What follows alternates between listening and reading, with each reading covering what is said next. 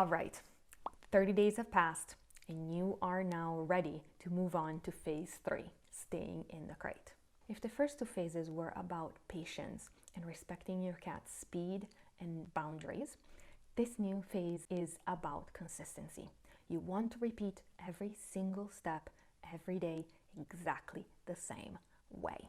You really need to keep in mind that it is not about the carrier. Let's go over to step 6 and let's start with the last phase of crate training your cat. When your cat goes to eat, you're going to carefully close the door while still holding in your hand, open it again, and then you're going to walk away. You're going to be thinking, oh my God, my cat's going to get startled. It's not going to want to go in there. I'm going to go backwards. You're not. You are establishing a habit, and the habit is it's not about the door. If your cat is not all the way in because they're a long cat, it's not a problem. Bump their butt, open the door again, walk away. The first few times, your cat is probably going to take a step back and go, whoa, what just happened? But you walked away. It was not about that. It might have been a mistake for all they know. You're not going to look at your cat. You're not going to be in the area. Just let it go. Get them used to the feeling of something behind them. You know that you're ready to move on from step 6 to step 7 when your cat, first of all, does nothing when you touch them. They continue eating. It's not a big deal. I'm used to it. And then sometimes they will bring their butt forward. Step 7, teaching your cat to turn around in the carrier. You're going to need an extra little cat dish. If you don't have it, you can easily clean the lid of a jar and use that as one of the cat dishes. Here's how you're going to set up your 2 cat dishes. One of them is going to have just enough that they can take 2 or 3 bites and then they're done with it. The second dish is going to have the larger portion of your cat's meal. You're going to walk to the carrier with both dishes and your cat following you. You're going to place the dish with the smallest amount in the very back in the right hand corner. When your cat goes in, you're going to close the door and you're going to hold the door shut for a second. Your cat might try to come back. They might do nothing until they're finished. Eventually, they're going to turn around. As soon as you see them turn around so that their butt is not pushing against the door and their head is facing you, you're going to put the second dish in front of them, right inside of the carrier. You're going to open the door, put the dish in, and you're going to walk away. Yes, your cat is going to get out of the crate at this point.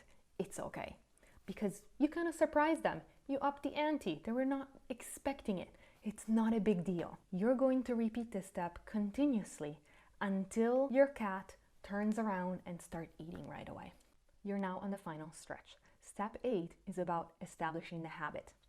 Once your cat is used to eating a little bit in the back and then turning around and eating in the front, you can actually stop placing food in the first dish. Still have the first dish, but there's nothing in it, and only feed your cat with the food that is in the second dish. Here's the extra in this step. You're going to count to 5. So this is how it's going to go. First dish, cat goes in, turns around, second dish, close the door, hold it closed, count to 5. 1, 2, 3, 4, 5, open the door and move away. Again, it's not about the door, but it's about getting used to it and adding a little bit of that time that the door spends closed. Now remember, this is really important. Don't lock the door. Leave it open.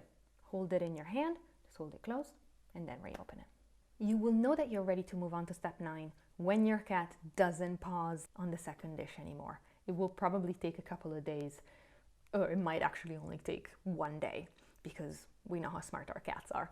So once your cat just kind of, looks at the dish but doesn't even try, you are ready to move on to step 9, locking the door of the carrier. This is a step where you're going to teach your cat that the door locking does not mean that they are locked in there forever. This is key in this step. So you are going to repeat everything you were doing in step 8, but instead of counting to 5, you're going to close the door, lock it with whatever locking mechanism you have. You're going to wait for your cat to finish eating, then you're going to open it again.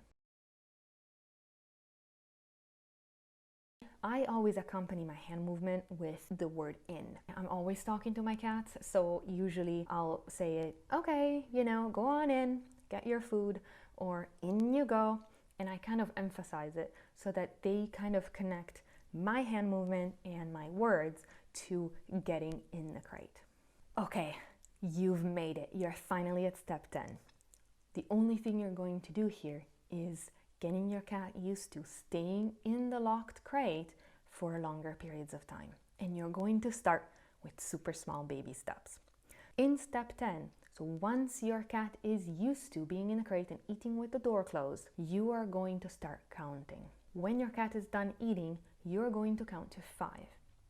1, 2, 3, 4, 5, and you're going to open the door. After you've done this for about a week, you're going to up the count to 10. You can also make this step really fun. You can play games with your cat. For example, you can close the door of the carrier, you can wait for your cat to finish eating, and then you can walk to the window, touch the window, walk back, open the door. Walk to the door of the room you're in, walk back and open the door. Play these games consistently. So if you chose to go to the window, make sure that you do it 3 or 4 days in a row so that your cat gets used to it and it's no big deal. You will know that you're done because your cat will finish eating and then it will patiently wait for you to open the carrier door again.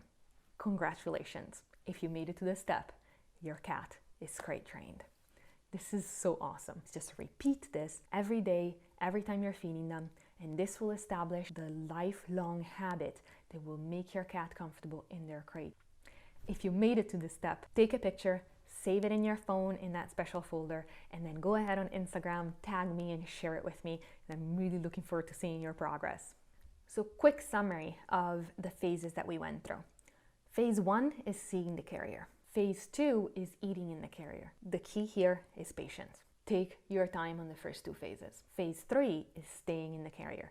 Consistency is key here. Every day the same thing. Try to be as boring, as robotic as you can be when you're going in phase 3. Now, I gave you a little bit of a sense of how long you should take for each step, but that really depends on you and your cat. Your boundaries, your cat's boundaries, your relationship, it needs to develop. This is a new thing for you to work together this way, and it takes a while to establish. Sometimes with some cats, in 3 days, they're set. Sometimes it can take 2 or 3 months, but that's not a big deal because it's not about the crate. It's not about the door. It's not about locking them in. It's about establishing the habit.